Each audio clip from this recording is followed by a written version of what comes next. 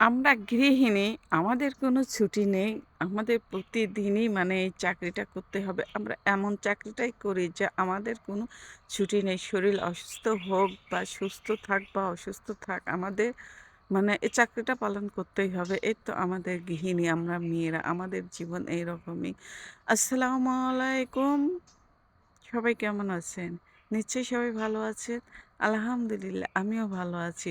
এই তো সকালে নাস্তা করতে দিয়েছি বাবাকে, রুটি আর ডিম ভাজি করে দিয়েছি। আর আব্বা এটা খাবে না। সেই কিন্তু বলল রুটি ডিম খাবে। এখন খেতে দিয়েছি আর বলতেছে এটা আমি খাবো না। এই নিয়ে সবাই হাসাহাসি করতেছে। আর আমার বাবাটাও হাসাহাসি করতেছে। তারপর এই যে নাস্তাটা করার পরে যে আমার মেয়েটা ছোট আম্মা জানি যে নারকেল কাটতেছে, মানে ডাব কাটতেছে।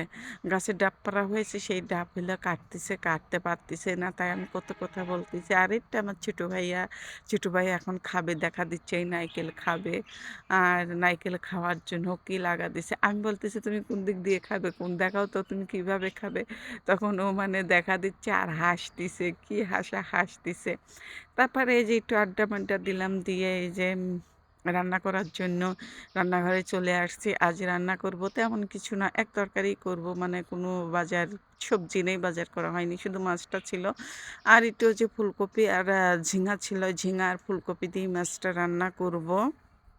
আমরা গৃহিণী, আমরা যে কাজটাই মানে চাকরিটাই করি, বিয়ের পর বললাম যে এটা একটা চাকরি, ফ্রি জব, এই জবের কোনো বেতন নেই।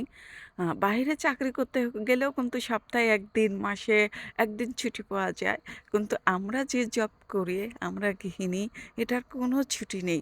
হাজার অসুস্থ থাক বা সুস্থ থাকি, আমাদের এই চাকরিটা, ডিউটিটা পালন করতেই হবে। আর আমরা কখনো নিজের কথা ভাবি না, পরিবারের কথাই ভেবে, ছেলে, মেয়ে, স্বামী, সন্তানের কথা ভেবে এই যে প্রতিদিন আমরা সংসারে একটার পর একটা কাজ করেই যাই। সকাল থেকে সন্ধ্যা পর্যন্ত আমাদের কোনো ছুটি নেই। নিজের কথা কমই ভাবা হয়। নিজের কোনো কথাই ভাবি না। শুধু ছেলে, মেয়ে, স্বামী, সন্তান কী করবে এইগুলো নিয়েই ভাবতে, ওদের ভালো ভাবতে আমাদের দিনটা কেটে যায়। যাই হোক, আমার মাছ ভাজাটা হয়ে গেছে। মাছ ভাজা তুলে রেখে ওই তেলের মধ্যে মশলাগুলো কষিয়ে নিয়েছি।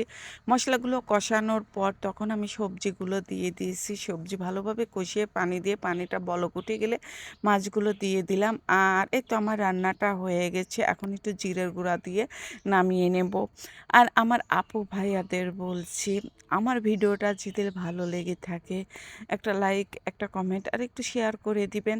আর ফ্রিজে অল্প অল্প কয়েকটা সবজি ছিল, এই সবজি দিয়ে ডুমডুম করে কেটে একটু ভাজি করে নিচ্ছি।